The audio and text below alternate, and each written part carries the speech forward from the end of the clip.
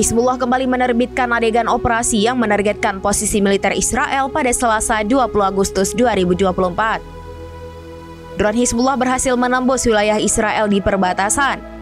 Dalam video singkat itu terlihat drone FPV Hizbullah diluncurkan dari Lebanon. Serangan tersebut menargetkan peralatan mata-mata di situs Al-Jal Alam milik IDF di perbatasan Lebanon-Palestina. Milisi pro-Iran di Lebanon itu mengklaim jalur pasukan listrik peralatan mata-mata putus akibat serangan tersebut.